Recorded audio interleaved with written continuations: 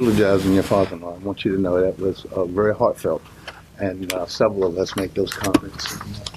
Sorry, Carol's a dear friend of all of ours, and so I hope you got my text, my beat. I did. You did, okay. Yeah. And to our assessor and all the rest of our appointees, Happy New Year, and we look forward. We have a motion to go into closed session, but I think our attorney here has one item that we want to discuss, and then from that we'll move forward. George?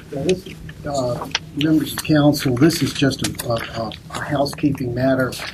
Some time ago, probably 7 or 8 months ago, maybe almost a year ago, when we were having all those snowstorms that caused council meetings to be canceled and rescheduled, I found a section in the code that allows council to establish what a rescheduled meeting date would be at its organizational meeting, and that's what the motion is today. For your consideration, you don't have to adopt it. We can follow the practice that we've been following up until now. But if you adopt this motion, it would be that if the mayor or the vice mayor in the mayor's absence determines it to be too hazardous for members to attend a meeting due to the weather or some other condition, that the meeting will be postponed until the following Tuesday.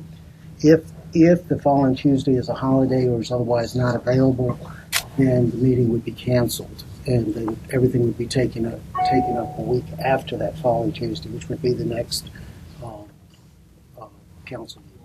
So this is just a housekeeping thing, and it's a motion that you would have to, if you're interested in doing it, then it takes the question out of everything. The additional benefit it has that if anything was advertised for the original meeting, it does not have to be re-advertised for the replacement rescheduled. So it's for your consideration. Okay, let me just ask if I would, George, what prompted this? I thought the process that we had, that I would normally call around and get 4 members to agree. I don't have a problem either way. Did something prompt this, or just housekeeping matter? It's just housekeeping. I ran across the provision in the code and thought, well, this might be something council could adopt it, and you don't have to make it. And then it would be automatic, and then the public and everybody will know that if we do cancel it the next Tuesday, right, unless it's a holiday, then there'll be council and pick. Okay. If you cancel the meeting, the clerk would say the meeting's been rescheduled for the following Tuesday. It would be date definite versus assuming. Okay, I like that. Any discussion? Dr. Edmonds, Dr. Whitaker? Makes sense for those attorneys and all that are on track to come for planning items and all too. Okay. And just for your information, council members, in the event you are okay, it sounds like everybody's okay with this, because it's not on the printed agenda that we sent out to the public, you would need to add the item to your agenda, and then you would have to actually vote on the item, as you would do any other item you add to your agenda. Dr. Whitaker? I do have a question in regards to that. It's a fixed date. Considering that the council's calendar has already been preset, therefore members have already made certain obligations based on those dates. Should the language be that it may instead of fixing it, so that would give the mayor an opportunity to query council to see if that date is still convenient? Because you may not have a quorum. Well, the benefit of this, of course, is to fix it. If you're going to a May situation, then you don't have a motion. You just do it the way we have been doing it. Because right now the mayor may do that anyway. Right. So therefore, this would give the mayor and the public an opportunity to know that that's a possible date, but it should still be allowed, since it's not a fixed date on council persons' calendars, that still be a date that's available. I think the reason I'm doing all of it is to have it fixed, so you won't have to go back in there and if continue. For some reason there's not going to be a quorum following Tuesday, just cancel the meeting. Then or is otherwise unavailable to meet. That's covered. Okay. But if it's just one member can't be here for the following Tuesday, then the council will go ahead and meet. fine. You make a valid point because we schedule Yeah. things on the odd Odd Tuesdays Tuesdays, because right. we know the second and the fourth Tuesday And is that's already right. obligated. I mean- But yeah, good point. All And right, very council good. Thank members, you. keep in mind, normally if we know that the weather's going to be bad, we have enough time before the city manager even closes down City Hall that contact is made with each of you. So at that point, we can find out if you're available the next Tuesday, and we'll know in advance whether we just need to cancel it or we can go ahead and postpone it. Okay. All right, very good. So we'll take care of this action when we actually get to the open meeting. Any other discussion? I see here that there are actually two items here for a closed meeting. Discussion on the position of vice mayor and others, and then the other one is consultation with legal counsel pertaining to actual litigation of Funkhauser versus city. Okay, permitted under section 8.7. Okay, is there a motion to go into close? I move to go into a closed meeting pursuant to the provisions of Virginia Code Section 2.2-3711 for the following purpose: discussion concerning filling the position of vice mayor and of other council appointments as permitted under subsection A1, and consultation with legal counsel pertaining to actual litigation, Funkhauser and all versus city, as permitted under subsection A7. Second. I'd like to move for, Dr. Woodard? I'd like to move for a point of order. In particular, the closed session, I have no issue with the consultation with legal counsel. However, the discussion concerning filling the position of vice mayor and other council appointments as permitted under subsection A1. Subsection A1 doesn't particularly speak to going into closed session for what we're about to do, the vice mayor and appointments to the different boards and commissions. The Virginia Freedom of Information Act doesn't speak to these particular items as criteria for going into a closed session. So going into a closed session on these issues would be out of order with our policies that we have in place. The closed session provision within our rules and procedure speaks to, and specifically that the city attorney and the city manager may go into closed session to discuss issues, and then the other item speaks to the Virginia Freedom of Information Act as being provisions for closed session, and none of these fall under either the city manager or the city attorney, nor the Virginia Freedom of Information Act. Let's see what the city attorney has to say about it. Both of the provisions, both of the sections that are cited in the motion, and you don't have a problem with the litigation one. The first one is discussion, consideration, or interviews of prospective candidates for employment, assignment, appointment, promotion, performance, demotion, salaries, disciplining, or resignation of specific public officers, appointees, or employees of any public body. And that's a section under which that's A1. Right, I'm familiar. Excuse me, read that again, George. Public bodies may hold closed meetings only for the following purposes: discussion, consideration, or interviews of prospective candidates for employment, assignment, appointment, promotion, performance, demotion, salaries, disciplining, or resignation of specific public officers, appointees, or employees of any public body. And then it goes on, and the evaluation of performance of departments, and the rest of it doesn't really apply. It has to do with teaching, and that sort of thing. So, Yes, Dr. Woodard. so what language in that statute are you applying to what we're about to do here as a Appointments. council? It's appointments of specific officers. Yeah, And assignments. Well, Assignments. An assignment. Let me, point of order. Dr. Woodard. right. And in that code section, I know you know there are semicolons and colons that are there, right? And commas. And so when it speaks to public officers, who are you referring to there? Well, there's the public officer as the vice mayor. Well, the position of public officer, the code makes a distinction between public officer and members of a council. And it doesn't speak to members of a council in that section. I believe 3714 distinguishes between a public officer and a member. We're members. We're not public officers. This is the same way we've been doing it for the last 20 years. Okay. It is. Okay. Wait, It is what? It is the same way. This is the way council has met to discuss this, the appointment of the vice mayor for the last as long as I. Does anyone else have an issue? Madam Clerk, have we had a motion? Did we have a vote? We had a second, yes. And we had a second. Did we have a vote? Yes. No vote. We have a Okay, motion. let's Chair recognize a point of order. In rules of order, if there's a point of order, we have to deal with the point of order. And if we could, members, if you would allow the chair to recognize you before you speak so we can keep this going in an orderly fashion. Dr. Wood? Just because something has been occurring for the past 20 years doesn't mean that it has been in proper order. And I just want to point out to the council members that I raised a point of order. Your rules and policies speak to Robert's Rules of Order. And you have agreed to follow Robert's Rules of Order, not all of this, what we're seeing right now. Under Robert Rules of Order, a point of order is not debatable. And also, a point of order is at the discretion of the chair to rule upon, not for members to vote upon.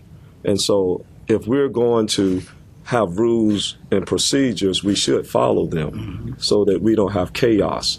And so I would respectfully ask that you would follow the rules and procedures and not practices.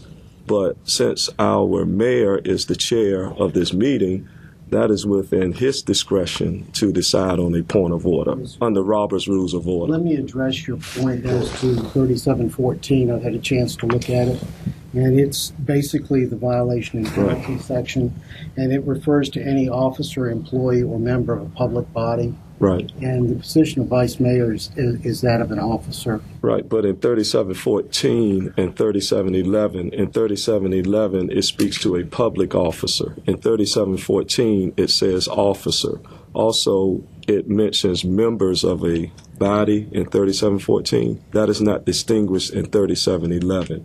And so trying to tie in this into Section 8-1.1 I think would be improper. And Mr. Wilson, you have served as counsel for the school board, and that has never been a closed session item within our school board meetings. It's never been requested, sir. Yeah, well, if it's allowed to be or allowed not to be, I'm raising a point of order with it that is not in line with our rules and procedures. Point of order, as you say, is decided by the chair. Right. And I've given, my opinion is that the vice mayor position is as an officer of the public body.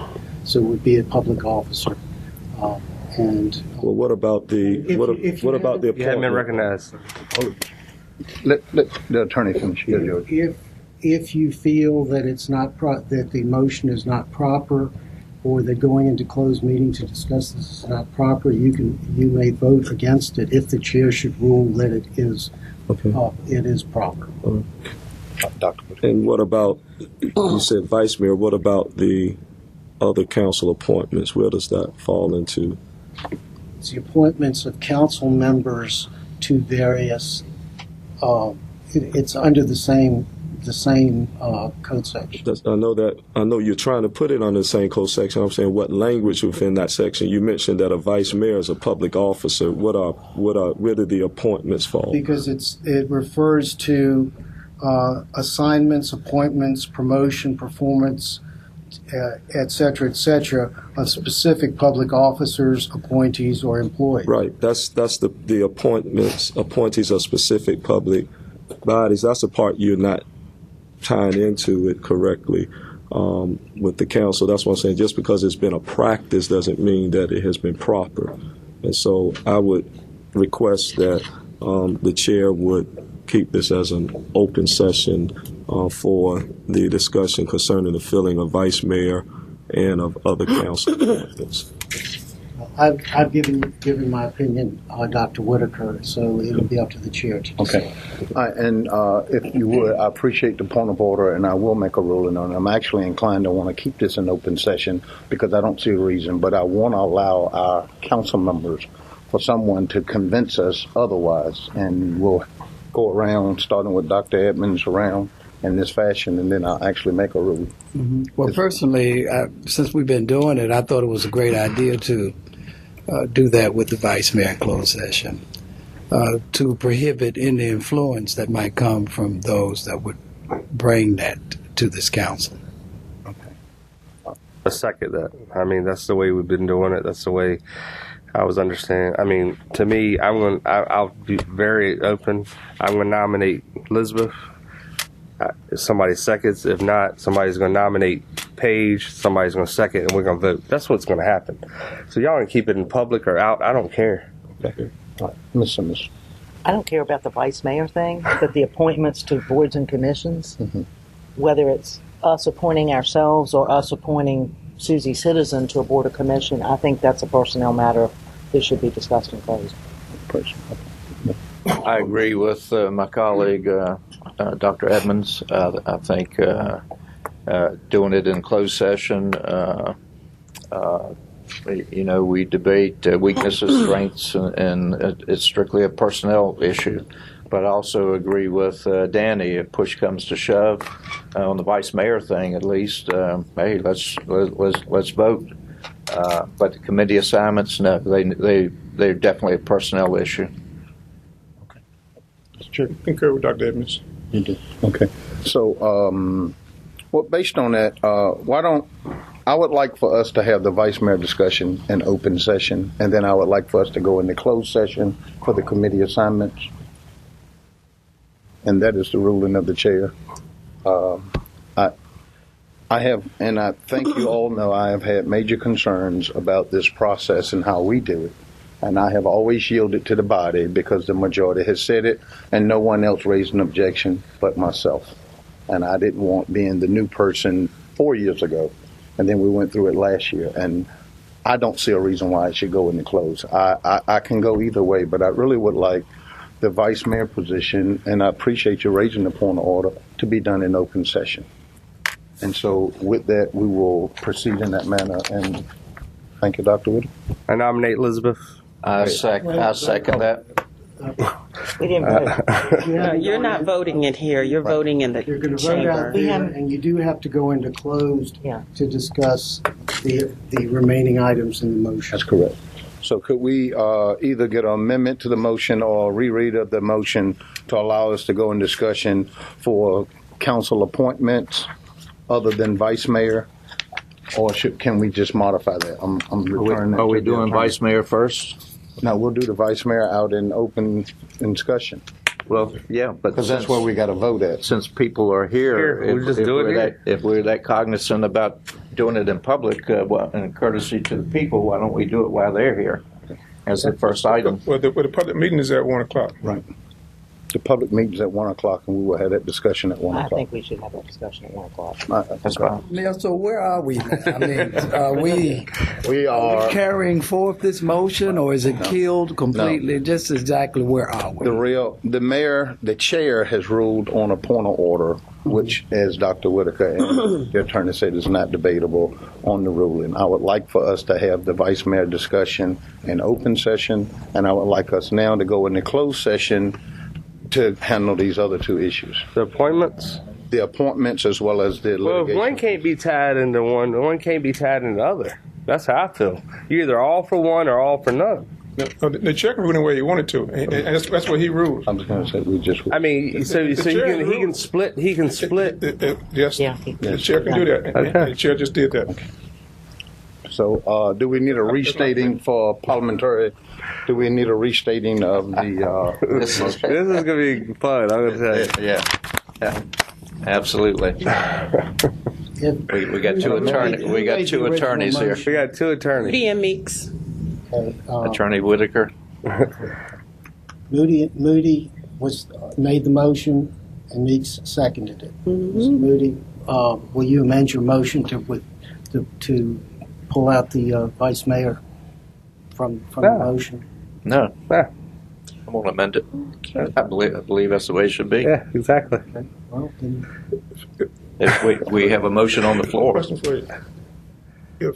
If the chair, if the point of order took precedence and the chair moved on the point of order, It then wasn't seconded. Huh? The second is not valid because I recognize the Right. point of order. right. So it hasn't been seconded. So we don't- Exactly. So it's- the motion's it out. over. So the motion, so there's no, there's no Dead. motion. Motion's out. Okay. So So you need to do. the chair will entertain a motion to go into closed session for these other two items outside of the. I'll move to go into closed meeting pursuant to Virginia provisions of Code Section 2.2-3711 for the following purpose.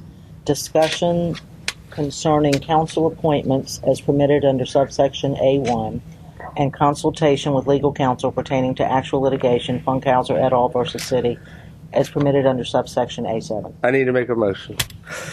Can you show me in the guidelines where subsection A1, can you tie that into the appointments? It's not there. It's not there. If you don't, you don't have to talk about these things, any of these things, in private. You can talk about all of them in public if you want to. The chair has so there's a motion- ruled. Right. So And there's a motion on the There's a floor, and if decision. we don't get a second to do that, the chair's going to rule that we're going to have it all in open session. All right. Okay. Dr. Whitaker? Just to raise a second point of order in line with what Mr. Meeks has just said, there is no language. The stronger language would have been what you had previously stated, but there's no language in there pertaining to the appointments that we're about to make. It speaks, when you read that, it qualifies those appointments. It's not just a general the appointment. chair has already ruled on that point, Dr. Whitaker. Well, If the chair wishes to modify it and take it out, that's the chair's prerogative. Well, I'm in agreement with Mr. Meeks. It should be open. If we're going to do it open. I don't see what the purpose of going into a closed session to discuss any of this is. Any other discussion here? We'll make I move. The chair's going to rule that we're going to have this entire discussion in open session, except for the litigation piece. Okay. And so we will go into close now for the litigation piece, and then we will open back up and have this whole discussion on the vice mayor position as well as the other county appointed ones in open session, and then at 1 o'clock we will go in and take the actual vote. Okay? All right. have a new Is there a motion to? Yes, ma'am. I move to go into a closed meeting pursuant to the provisions of Virginia Code Section 2.2-3711 for the following purpose: consultation with legal counsel pertaining to actual litigation, Funkhauser et al. Versus City, as permitted under subsection A7. Second. Okay. Been moved and properly second, Madam Clerk. Mr. Cherry, Yes. Mr. Edmonds, Yes. Mr. Meeks, Yes. Mr. Moody, Yes. Ms. Simmons, Yes. Mr. Whitaker, Yes. Mayor Wright. Yes. We are in closed session. Thank you. All right. Thank you very much.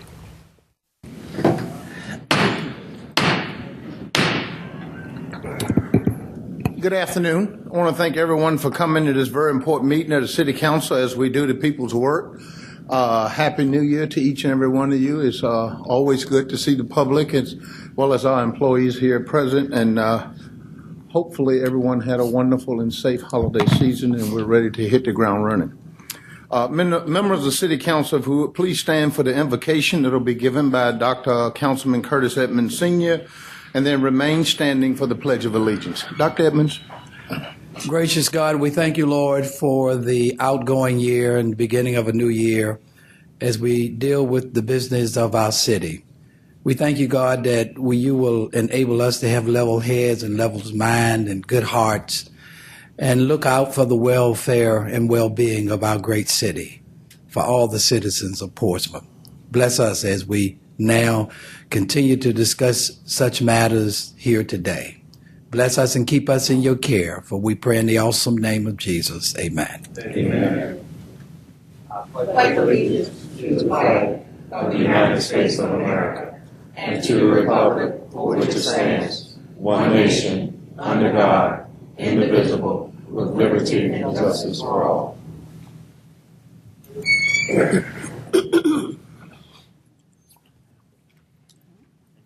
Members of City Council, if you would please indicate your presence electronically. 7 members of City Council are present. Thank you. Madam Clerk? Yes, sir. 15-07, election of vice mayor, electronic roll call. We're open for discussions.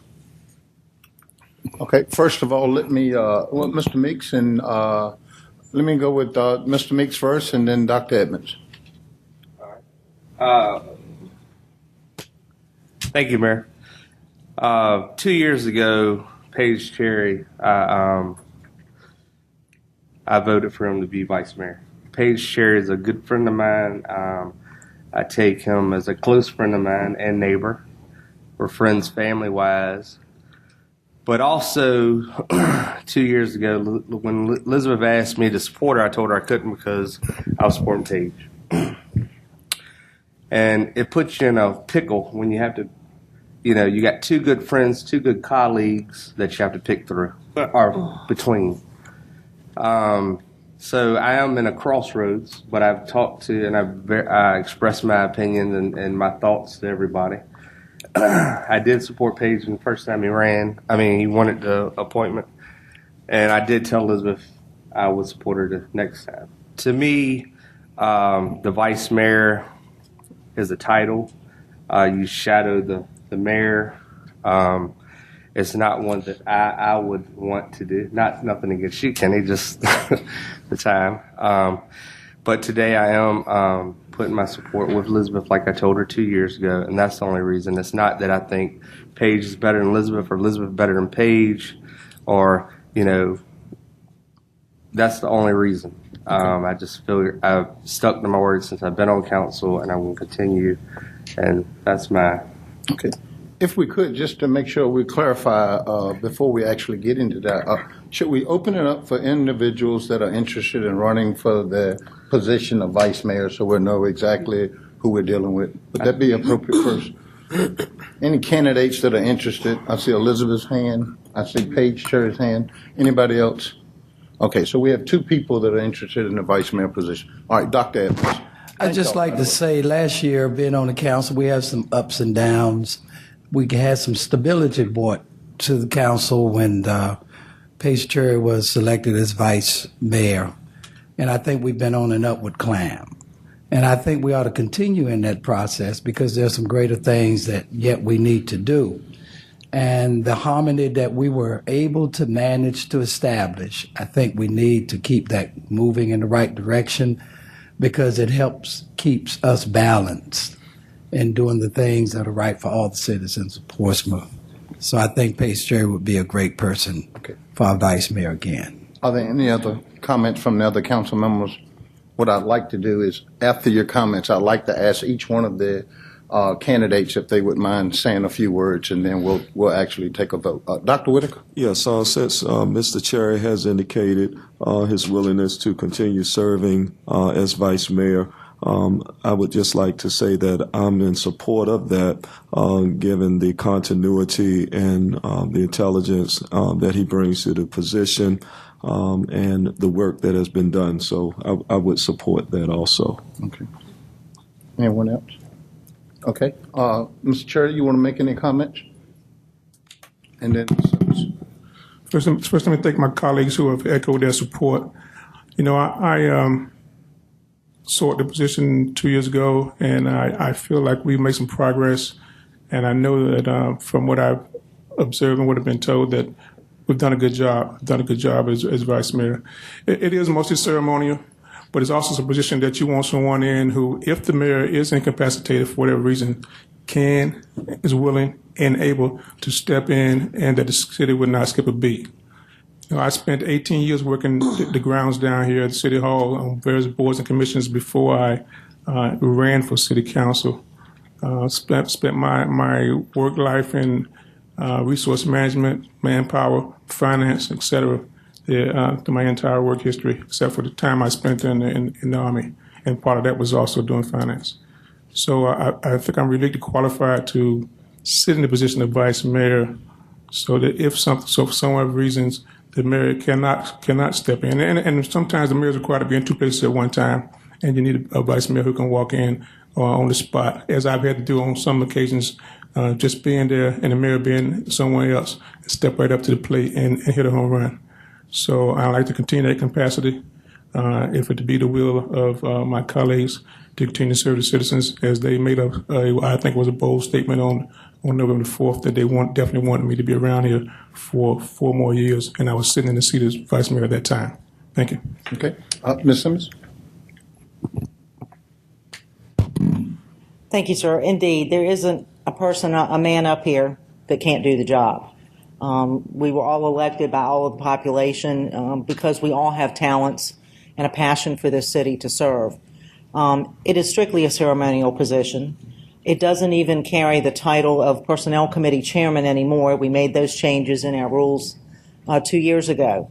However, for all the talk about diversity in this community, I think, with the exception of Mr. Moody, I have more seniority on the council than anyone here.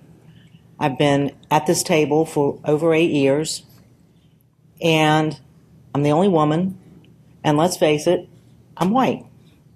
And I think if we want to talk about diversity in our community, what looks right is what is reflective of our community. Black and white, male and female. I'm even getting gray hair now. So, all of us can do the job, any one of us sitting here.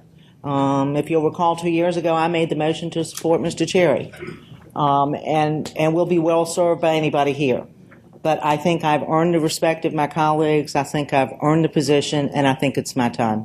And I'd appreciate your vote to my colleagues. Thank you. All right. We're now, and the chair will now entertain a motion for the position of vice mayor. Okay, Dr. Edmonds. You want to announce the candidate? Yes. I move that we nominate and vote for Paige Cherry as vice mayor. Second. Okay, it's been moved and properly seconded. Madam Clerk. Mayor, we have a motion and a second for Councilman Cherry as vice mayor. You're voting electronic.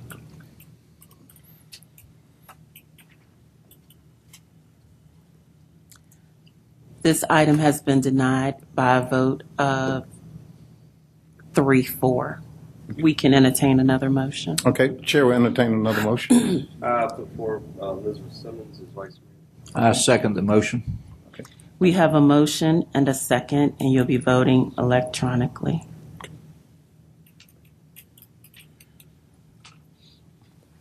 This item is adopted 4-3. Okay, all right, very good. Thank you. Congratulations, Ms. Simmons. Is there anything you want to say before we get to the rest of the business? We look forward to working with you this year, and thank you for your years of service and your presence in the community. And again, as always, I look forward to working with all of our colleagues. So congratulations. Yeah.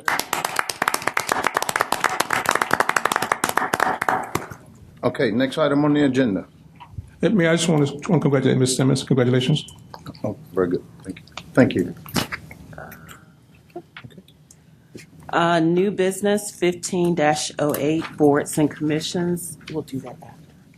Electronic roll call. At this time, this is the point where you all can discuss the liaison positions if you'd like.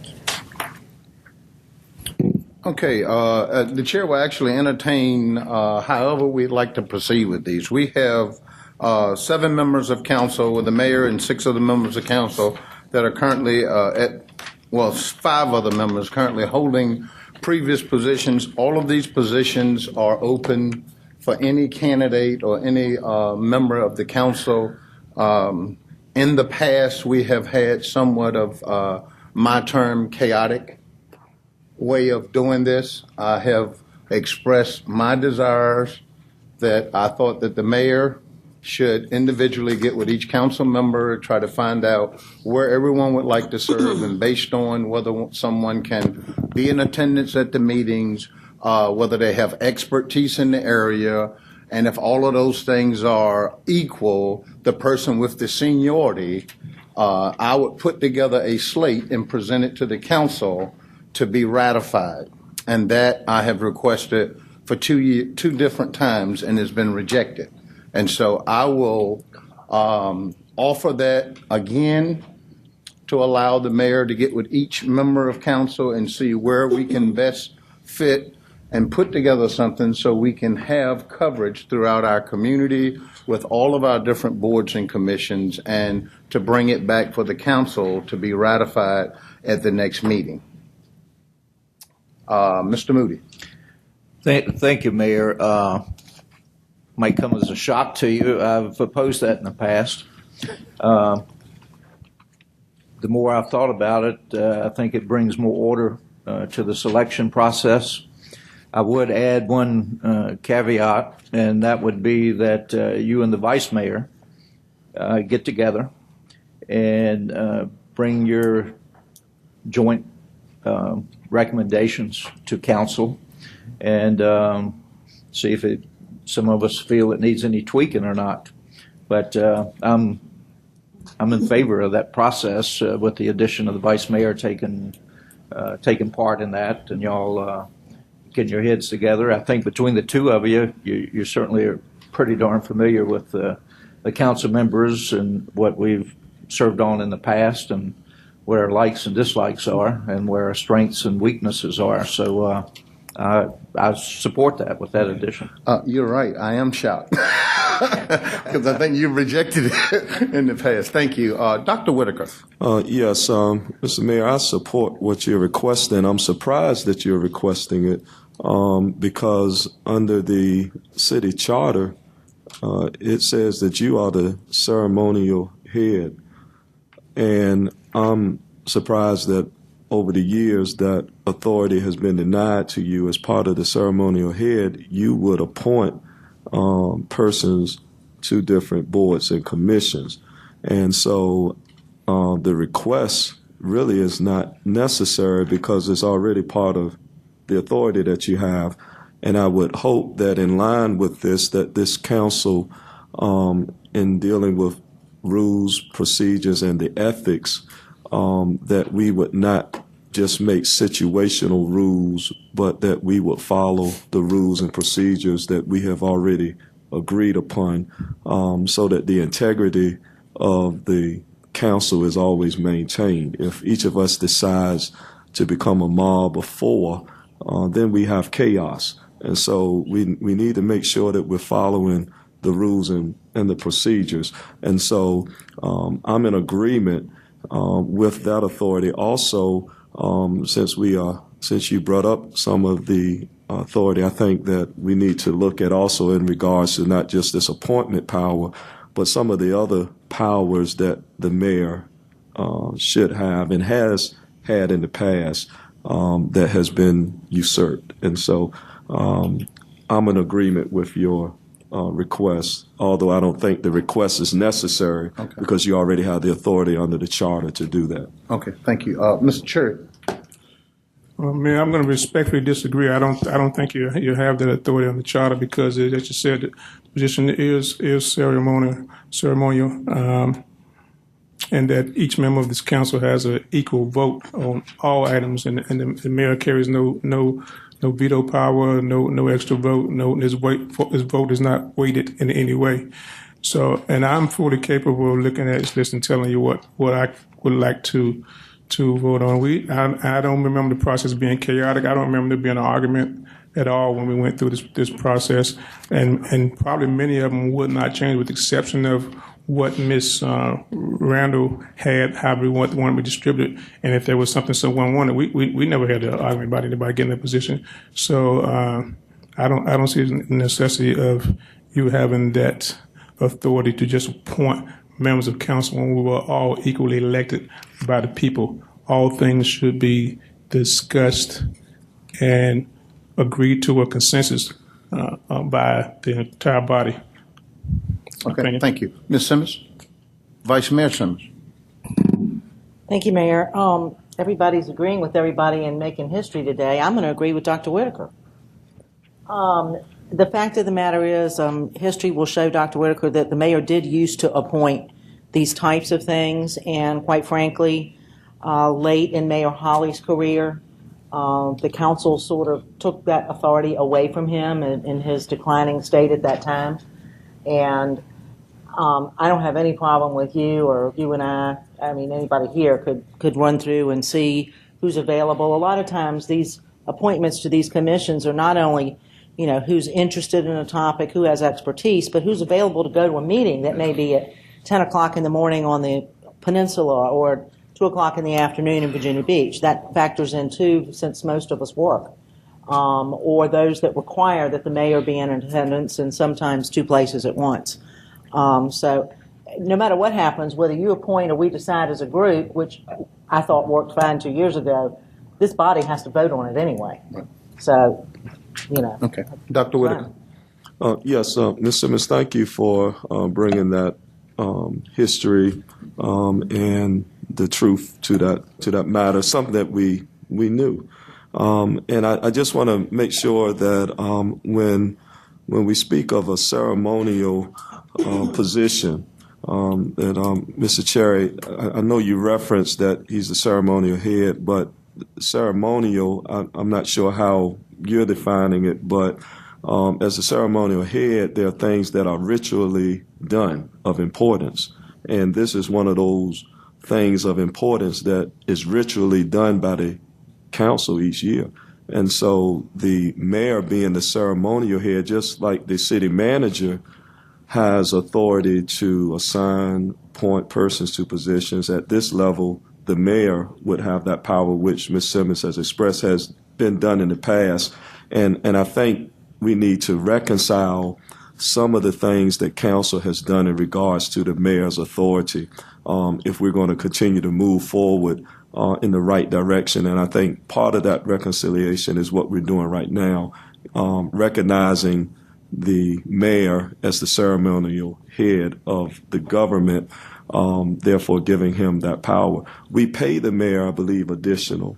Is that correct? We pay the mayor additional, not much. Not much. The mayor runs on a separate ticket.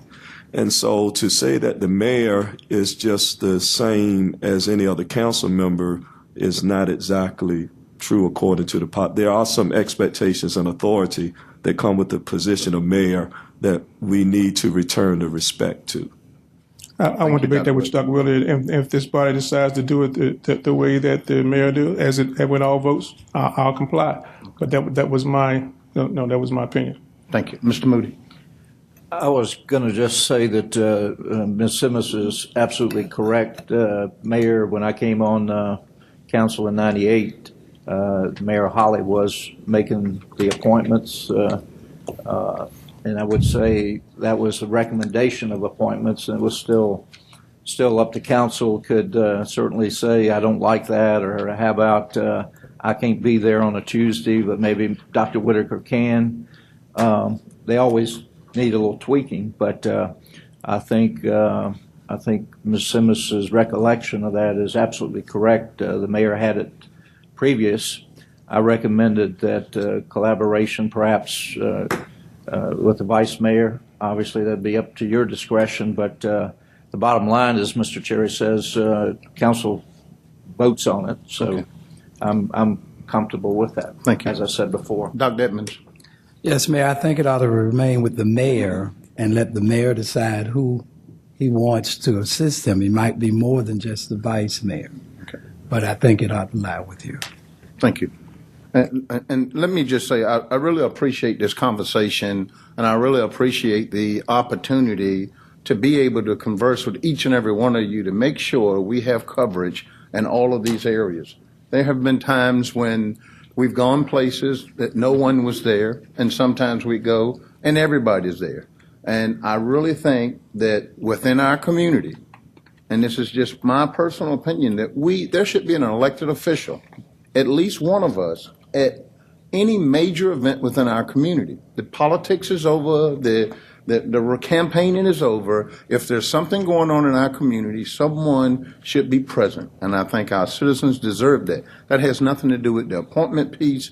It is something that I hear a lot as I travel throughout the city, and I see the members of council that normally attend various functions and ones that only attend the things that they like. And really, in this whole name and sake of harmony and working together, I really would like to see us do this the right way. I would like to be able to get your input, and I would like to be able to make sure that we have members that are at the meetings. I have had liaison people in the past, Dr. Whitaker. I appreciate you bringing that up. I have had people call and contact and want to know about the absence of a certain member. And because I did not have the authority or wasn't given the authority, I never talked to this council person about the absentee, nor reassign someone else because I didn't have the authority to do it in the first place. So I really do appreciate that because I think it's important on all of our liaisons and all of our boards that we have coverage and we have people there representing the city. A lot of these citizens that volunteer on these boards take it very seriously. And when they look and don't see a council member there, it bothers them. And I don't blame them because we asked them to volunteer, we asked them for their time, and it needs to be someone there that if they don't need to come to the full council, we have a liaison that could convey that information back to them based on the member council. And in our meetings, doing liaisons and committee reports, we would report to the full board if there's something that we collectively needed to do. So I really appreciate that. And I'll end with that. And if it pleases the council, we will adjourn this meeting. I will get with each and every one of you. And by the next meeting, we will have a slate that I will present to the full council for ratification. And if that's okay, we do have a motion for a housekeeping matter for cancellation and postponement of future meetings in the event of inclement weather. It was brought to our attention by the attorney during the work session, and we all kind of like the idea, so we make sure that the public always knows if we're in fact having to cancel a meeting because of inclement weather or something, the meeting will be the next Tuesday. Unless there's something there that causes us a holiday, then we would just kick everything to the following regular scheduled meeting. And so with that, the chair will entertain a motion. I move that the city council fix Tuesday following any regular meeting date found and declared by the mayor or the vice mayor in the mayor's absence to be hazardous for members to attend due to weather or other conditions, as the day to which the regular meeting shall be continued. In the event that the Tuesday following a regular meeting is a holiday or otherwise unavailable to meet, the original regular meeting shall be canceled. Madam Clerk? We have a motion and a second to add this item to the agenda. You're voting electronically. To add the item. Very good. Thank you, Madam Clerk. Yes, sir. Well, I think we need to reset. No, she's still. There you go. You can vote now. The additional item is adopted 7-0. Now the motion for the item. Okay. Mr. Meeks? Hey, thank you, Mayor.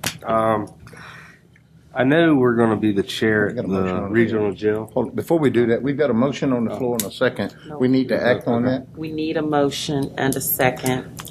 Now to that. Okay, Mr. Moody. Yes. All right, then we'll get back to you, sir.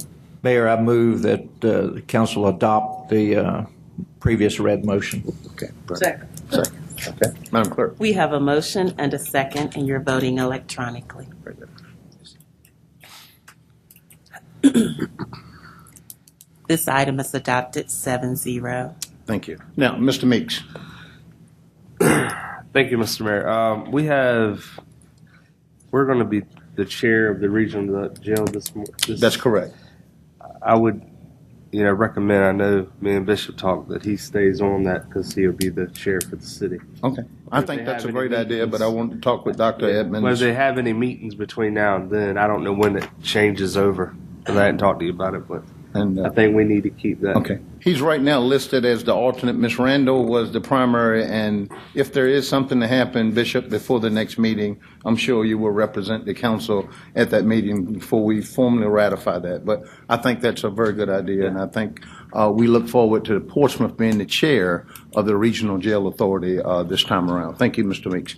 Dr. Whitaker? Yes, I don't know if I need to make a request to amend the agenda, but I did have a question about the agenda formation process here on council.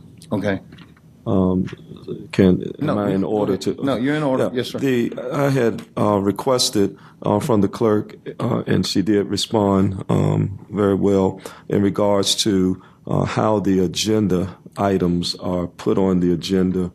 And I also CC'd Mr. Wilson, and he informed me that normally the city manager prepares the agenda.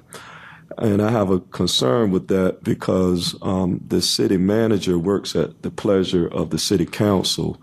And so therefore it should not be the unilateral power of the city manager to present an agenda to the group that it works at the pleasure of.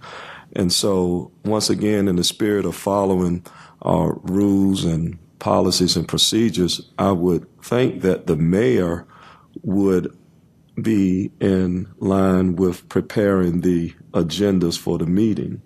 There may be some consultation with the city manager, but it shouldn't be that the person who is working at the pleasure of a board creates the agenda for the board.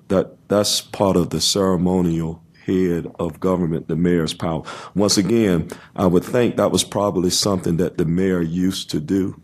But it's an authority that falls under the ceremonial powers head of government.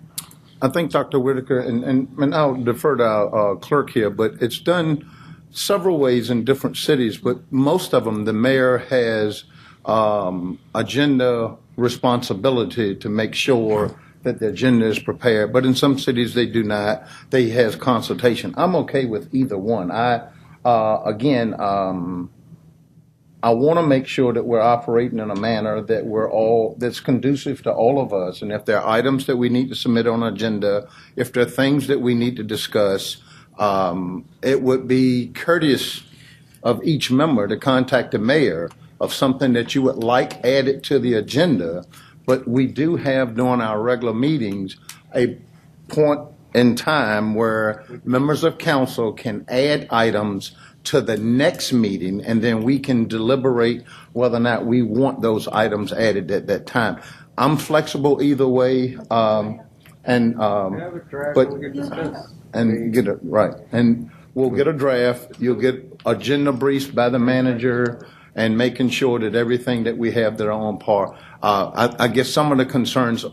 Well, I see the pros and cons in both ways, sir. So I appreciate your comment. Well, yes, sir. Let me you just, have the floor. Yeah, right. My issue is not adding to an agenda. Okay. It's the actual Formation. preparation, who establishes what the agenda is. Now, as far as adding an item to it, I'm quite sure council members can do that. But the issue becomes who's controlling the agenda. And I believe that as the charter prescribes you as the ceremonial head, that would be, once again, a responsibility. You wouldn't go into the city manager's meeting setting the city manager's agenda. That would be out of order. And so it's out of order, according to our charter, as the ceremonial head, that you're not involved in setting the agenda. So I just want to point that out.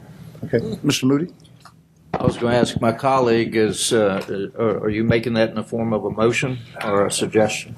No, I didn't amend the agenda. I think it's something that we should, not for a motion, it's something that we should consider at our next meeting, looking at restoring that authority, or following, not even restoring, but following the rules and procedures that we have.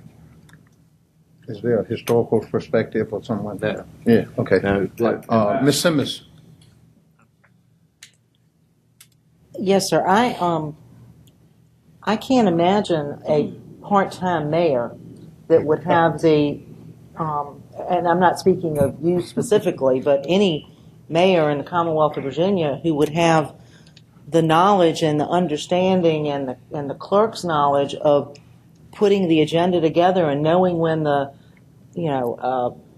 grants are coming in. That, I mean, I don't mean to say anything. That's what we pay this professional staff for, in my opinion. And the mayor has briefings, every few days with the manager. We all get a copy of a draft agenda 10 days out, which we can, have conversation about. I don't think anybody's ever asked for anything that was denied.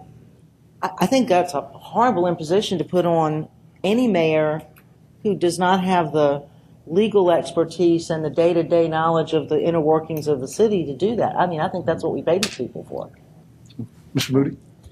Well, just to add to that, on the agenda, there's an agenda item submitted by council, and that's certainly not limited. Most of us use it to recant what we participated in, but it's certainly not limited to that. You can suggest and make a motion to do anything for that matter during that time. That's each council member's time, so I don't. All of us, Ms. Simmons is right. All of us have suggestive input on what the agenda is going to be. Reference the draft that we get earlier in the week. Dr. Whitaker. Yeah, just to make sure that you're not confusing what I'm saying. I'm not saying that the mayor should not be in some type of collaboration with the city manager. Of course, that's the case, but the ultimate issue becomes who develops that agenda. And I'm saying that the mayor should have that ultimate authority as ceremonial head, not that the mayor would create it outside of consultation with the city manager as to what the necessary items are.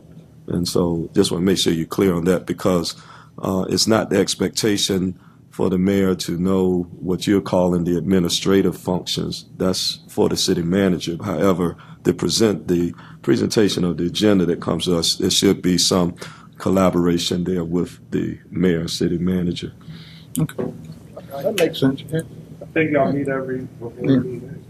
Okay, let's actually discuss that at the next meeting. And in the middle of that, I'll actually get with the manager, and when we actually contact each of you, we can kind of get your feelings on that issue. There is some validity to us being a council and not approving an agenda until it's actually presented. So someone up here probably should say, yeah, the manager presented the agenda to the mayor has approved it, and then when we put it out for the public, that at least a member of council, which is the ceremonial head, has approved the manager's agenda. Does that even make sense? Just think about that, and then we'll come up with something. We don't want to fix or break anything that's that's already working. But I appreciate the suggestion, and I do, and I'll rely on each one of you to give me your feedback. So when we get with the manager, and we'll come up with something that we all work with. But thank you, Dr. Whitaker. Mr. Meeks. Thank you, Mayor.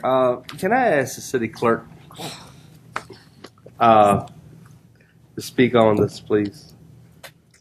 How it's been done and why it's been done, because I know you know.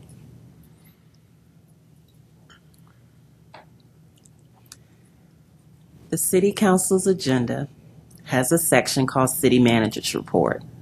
Those items are formulated by the manager per the request of council. There are some items on there, for example, the grant items that are administratively coming through city departments. And those we put on there as fast as we know about them.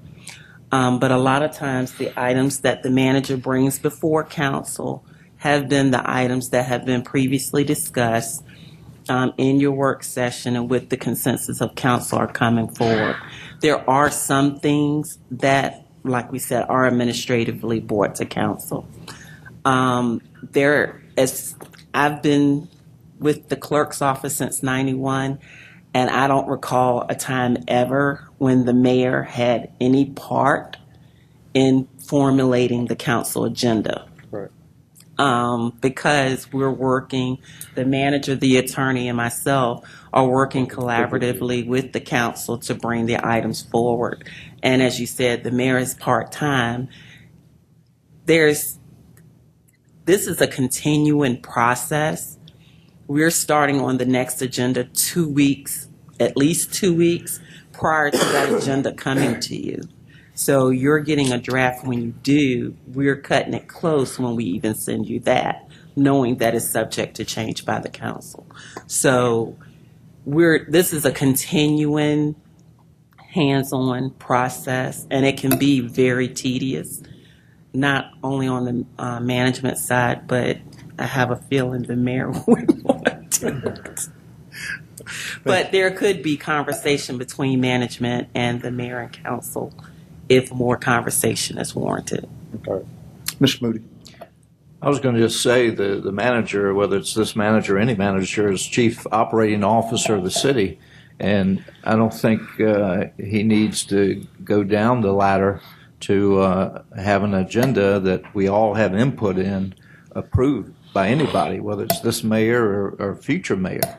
I've never seen that done, and I guarantee you it's not done in the other cities as well. So I think system we have has been working for a lot of years, and I see no reason to change it.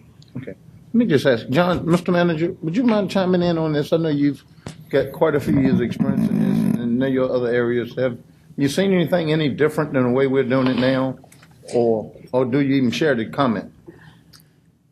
I think Deborah did a great job on summarizing it. It's a collaboration not only between Deborah, George, and me, but with council too. We bring those things that are important to you. I mean, we keep our finger on your pulse, and so we know what the important items are and what the timing is. So it's very much a collaborative process. Okay. And it's done throughout the state? Yes, sir. Okay, thank you. Dr. Whitaker, I see you. Yeah, I just want to reiterate that just as we said in the previous session, just because something is a past practice doesn't mean that it has been a practice in accord with rules and procedures. So a past practice, just because you've been doing it that way, doesn't justify that it continues that way.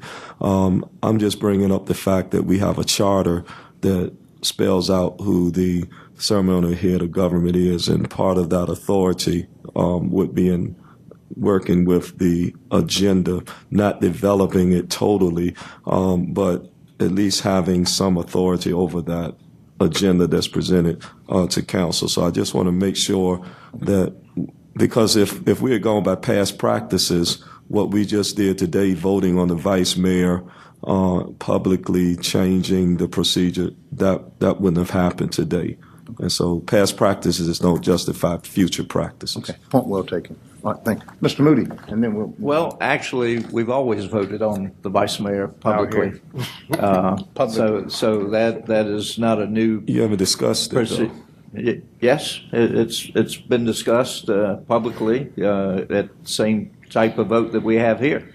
It's also been discussed in closed session, but it's always come out here on the floor, and we've had discussion on it. for final ratification. And we've had an audience out here to witness it. So that is nothing new. All right, thank you. All right, with that, I appreciate everybody's time. If there's anything else that anyone want to bring up for the good of the body, if not, we stand adjourned. Thank you.